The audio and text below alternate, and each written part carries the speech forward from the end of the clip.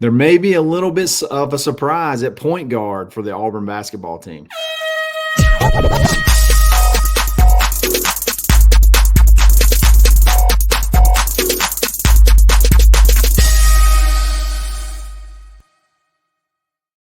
Yes, sir. We're back. It's Kyle Rush. It's Zep Jasper. It's the Barn Hoops podcast, and we are ready to get after it. Talk a little bit of hoops. Talk about this the preseason practice that's going on, the camp they're running right now. A lot of news, a lot of very interesting news. Some position battles that you may felt like they were sort of locked in, or maybe up in the air. Maybe they're already solidified, and maybe it's not exactly who we thought it would be. But Zep was at practice all last week. So he's got all the scoop for us, and we're going to dive in and get after it. But before we get started, we got to give a shout out to our boy Ford Stokes with Active Wealth Management. Look, I understand you may have a 401k. I understand you may have a savings plan, but how do you know it's performing at the optimal level? Ford will give you a free portfolio analysis, free, no cost to you, $1,500 value typically. Go to retirementresults.com/plan. There's nothing wrong with just having a second look. There's nothing wrong with double checking, making sure that you got everything working in the right direction. So check him out, show him some love. I know he's fired up about basketball as well. Basketball season creeping in. Tell him we're Eagle. Tell him we sent you. Ford Stokes with Active Wealth Management. All right, my man Zep was at practice all last week and got to see all the different scrimmages. I think there was some really good battles, some heated battles, and he's here. We're going to talk. We're going to dive into it. And I think the biggest thing that's starting to leak out, is starting to come out, it looks like if tip-off was Friday, this week, it's starting to look like Denver Jones is going to be your starting point guard. Zep, tell us about that. Am I way off here? I mean, that's what I'm hearing, and that's what it sounds like. Denver's he's been excellent at the point guard position. Denver is not a primary point guard, but he's worked his way into learning point guard activities. Just preseason and this summer. He's just putting in the work to be a point guard, to be a combo guard. When Denver first got to Auburn, he wasn't a combo guard. He wasn't a guard who could play point guard and shooting guard. But now that he have learned the system, he know what it takes to be an SEC guard, what it takes to be one of the best in the country. Denver has made a big jump of being a point guard also. So I think Denver has put Auburn in a whole different position now. Now we looking at a whole different type of lineup, type of style for Auburn, which that's a good thing because Denver is a 6'3", probably almost 6'4", probably like 205 pounds. He's known as a big guard, a guard who plays at his pace. So I think Denver Jones will probably be the point guard if he had to start today. He will be the starting point guard today. PG1. So let me ask you this, Zep: Is it more Hmm. is it more that Denver is excelling, doing really well at point guard, or is it more that maybe JP is not quite up to speed yet with the speed of this conference, the speed of the competition? Is it one or the other, or is it a little bit of both? Um, well, Denver have been in the fire already, so he know what Yeah. it takes to play in the SEC. With JP, he's only been put in fire in practice. BP is a coach who tests you. He's a coach who want to read your mind. Can you take things? Everything is always not going to be green. You got to always be able to take accountability and take things when people yell at you. So I really think he haven't really got the best taste of being in the SEC except for his teammates, his brothers, his players who he's going to fight with every night and have their back. So I think it's kind of both. I think he has some things to learn from his weakness. Which I always talk on here, you have to know your weakness because you have to work on those things when you're in your preseason, because when it comes to game time, teams are gonna make a scouting report on what you can do and what you can't Yep. do. So I think JP, I think he's a great player, but I just think he have to sit down and actually focus on what his weakness is and how can he be better. How can he learn the system fast as he can? Because when that first 3 games come, it's going to be tough.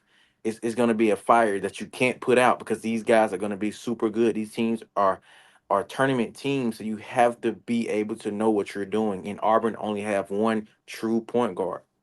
Yeah. So if you're an opposing defense right now, or if you're an opposing team, what is the scouting report? What is the scouting report on JP right now? Like what is the scouting report that's concerning to the point where I know there is an element to this where Denver is just taking over. Denver is just a baller, and he had a little bit of experience at point guard last year, but like you said, 6'3", a 6'3", 200-pound point guard that can shoot threes is a big time weapon in the SEC. So I understand that he's taken a huge step forward. But like, what's the scouting report on JP right now? As far as you said, you got to be working on your weaknesses because the SEC is going to be eyeballing those. What are the things that he's struggling right now with, or not quite up to where it needs to be?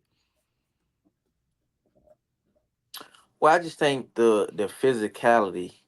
Mm, The SEC is physical. You got to be able to read the court. When I was there with Win. We were two different players, but we knew how to play with physicality. We knew what to do and what we can't do. Like he was different from me. He was a scorer. I was more of a pace, um, play my position, play my role. When he was a scorer, he made things happen. Even when it was in small spaces, he still made it happen. With JP, he he don't know when to go, how to do it when guys playing full court. It's ways that you can play in the SEC, and I think him going left. As me watching practice, I think he need to work on his left hand more because guys are gonna force him left, and they're going to see if he can go left and pass with his left hand, or can he make moves going to his left. I think that's his biggest flaw as of right now. But JP might be a gamer, so that's he true too. still it's still time to tell you. So you just never know. Cause JP can come out there first few games and light it up. Because you always get the confidence. When they feel like you can't do something, your confidence go even higher. So I'm rooting for him because Yeah. I know how hard it is coming from a mid-major conference and coming in with a coach like BP because BP is always on you. He wants the best for you, no Yeah. matter what. No matter if you're doing good, bad, in between. BP always wants you to get better every single day as a coach. The thing is, you got to. We got to have him. You know what I mean? Like we got to get him up to speed. He's got to be able to. You said something. Maybe he's a gamer, and maybe that's the case. Maybe it's just once the lights get on and the crowd's pumped up and he's ready to go. Maybe things change, and that builds his confidence, and it's not just banging on the same guys every single day. But the thing is, there's no other options. Like there's not a lot. I say no other options. There's not a lot of options. You don't really have another true point guard outside of JP. So you need him. So that's one thing I wonder too. Are you putting a lot on him early? Are we putting a lot? Is BP putting a lot on him early? Really testing him, really pushing him to the edge because you know how like extremely important it is to have him ready to go whenever league play gets here. Do you think it's a little bit of that maybe? Um, it could be a little bit of that, but we quite won't know Yeah. Till tip. until play until tip off. Yeah. But practice is much different than a game, so that's why I said he might be a gamer. He might be one of those guys that um he get out there and just go crazy as soon as he Yeah. get in the game. So I'm looking forward to seeing tip off and see how he does. For sure, for sure. So you were there for a whole week. I know there's probably the usual names as far as standouts, but tell us some guys that really caught your eye that you're like, man, they're taking a big step up. Their game is taking a big step up. Besides Denver Jones, because we've been talking about him. We know he's stepped up his game to the point where he's basically if you tip off this week, he's your starting point guard. So who are some other guys standing out that made you say, Well, wow? Denver Jones was definitely on my list. He Yeah, was definitely on my list. the work that I seen him put in and the way he played this week was incredible. Shout out to Denver Jones for just just going in there and having that confidence and just being himself, not being no one else. But another guy that stood out is Janai Broom. Yeah. Janai Broom is always going to stand out because the way he plays. It's no one like Janai Broom in the country. He was super incredible in practice. Left junk hook, shooting a three, getting to the rack, getting guys open, telling them where to go. And my third one was incredible. When I tell you he shoot the cover off the basketball, I mean I'm looking forward to this guy, and that is Miles Kelly. Yes. Yes. He was incredible. He shot the ball well every time it touched his hands. So if he was open, and he just was incredible. And shout out to him for just coming to Auburn, loving the environment, and I'm ready forward to seeing him play this year. Yes, sir. Yes, sir. One thing, going back to Denver really quick. One thing that I love that you said as you're talking about how Denver is starting to show confidence and starting to be a little bit more aggressive, and I felt like that was something at the beginning of the year that was holding him back. It seemed like he wasn't quite confident yet. Wasn't really sure. There was, I mean, I don't know if you remember, there was like this stretch where like he couldn't finish at the basket, like couldn't finish at the rim. He was just real timid. And then as the year went on, he got more confident in his stroke, and he just started pulling it. Whenever he got a look, he was pulling it, and that thing was going in more than not. So to see that carry over, and you get the end of the year Denver to start out the year and he's running point, that gets me fired up. That gets me excited because I think Denver can do some damage at the one running point. Janai Broom, obviously, I think sometimes guys like him can get a little bit jaded, thinking I'm the man, and it seems like he's continuing to continue to take this leadership role. And as good as he is, he's a walking double double. It seems like everything you hear is he's adding something new to his game, and I think that's something that leaders do. That's something that guys that have something to prove, they still feel like they have a little bit of a chip on their shoulder. That's something that I really enjoy. And then Miles Kelly, that's all we've hearing, man. That's all I've been hearing is just this dude just lights it up. The guy, he feels like he's been here for multiple years. He gels so well. That is such a crucial part of this whole thing. Is he feels like he gels. He's been here for multiple years. Like he's been a part of this team forever. And I really like all three. Like all three of those get me really jacked up. Hmm. Yeah. All three of those So guys are all three of no, those keep. guys are crucial to this team. Like I say, watching, and another guy I want to add in, which is going to be, I think he's going to be the X factor of this team. Chad Baker Mazar is going to be the key factor to this team because he does so many things. He does so many things. He can score. He can pass. He can play defense. So he's going to be the X factor. If we come down to the stretch, I think coming down to the stretch, Chad Baker Mazar is going to be the key to this team. I like it. I like it. All right. Last thing we want to talk about. So we're talking about all these guys. What are the lineups you're seeing? What are the more intriguing lineups that you've seen that you think are going to be really fun to watch, or could be really really effective? I guess talk through the starting lineup, where you see the starting lineup being right now, and then what are some other lineups that you think could be really fun, like a change of pace to kind of throw at opposing teams. Well, if I had to play a starting five, in my opinion, to end the game right now, going against the top no team in the country, I probably would say Denver Jones at point guard, Miles Kelly at the shooting guard, Chad Baker Mazar at the three, Chaney Johnson at the four, and Janai Broom at the five. That would be my starting five if I had to pick today. I would go with that starting five. But another a lineup I would use would be JP, Pergese, um, Jahad. Um, then I would use a Semo, and then a Turtle, and then Dylan Caldwell. Yeah, I think a lineup like that, but you can also have add to Hyde um, in that first lineup too, by just switching it up, him going at the point guard and letting Denver Jones go at the two, Miles Kelly or Chad Baker Mazara at the three.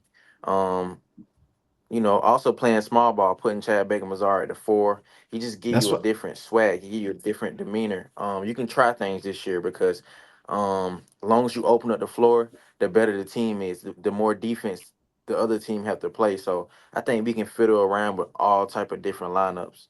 Yeah. So you mentioned to Hyde.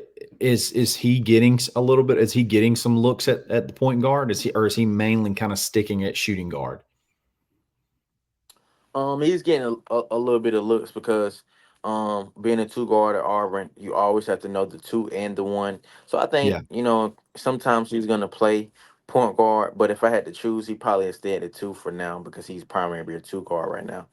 Yeah, I loved what you mentioned it too. I love the idea of like if you do go small ball and you got to hide on the floor, you got maybe Miles at three and then Chad at the four, and then Janai Hmm. with Janai in there, or you could actually put. I feel like you could put those guys in with Dylan and like let Dylan kind of clean it up, and then you got shooters Hmm. everywhere. You got shooters everywhere. Oh You got yeah. space everywhere, and then you got your enforcer down low, and that's a lineup that could be, I think, could be deadly and give Hmm. that you can do. You can put Broom on the bench and let him catch some wind every so often. That's a neat lineup too. Yeah, there's just so many. That backcourt is just there's so many options that you can piecemeal together, and it's no matter what you do, you're going to be able to score. That's what I love. I love scoring. I love shooting. And there's so many guys. It seems like, especially in that backcourt, that you can put out there that can absolutely fill it up. Is there anything else from practice last week that just really jumps off the page to you that we haven't talked about yet? That was really about it. That's really what stood out to me. Watching it. I think this team got, I think this team can be a very good team.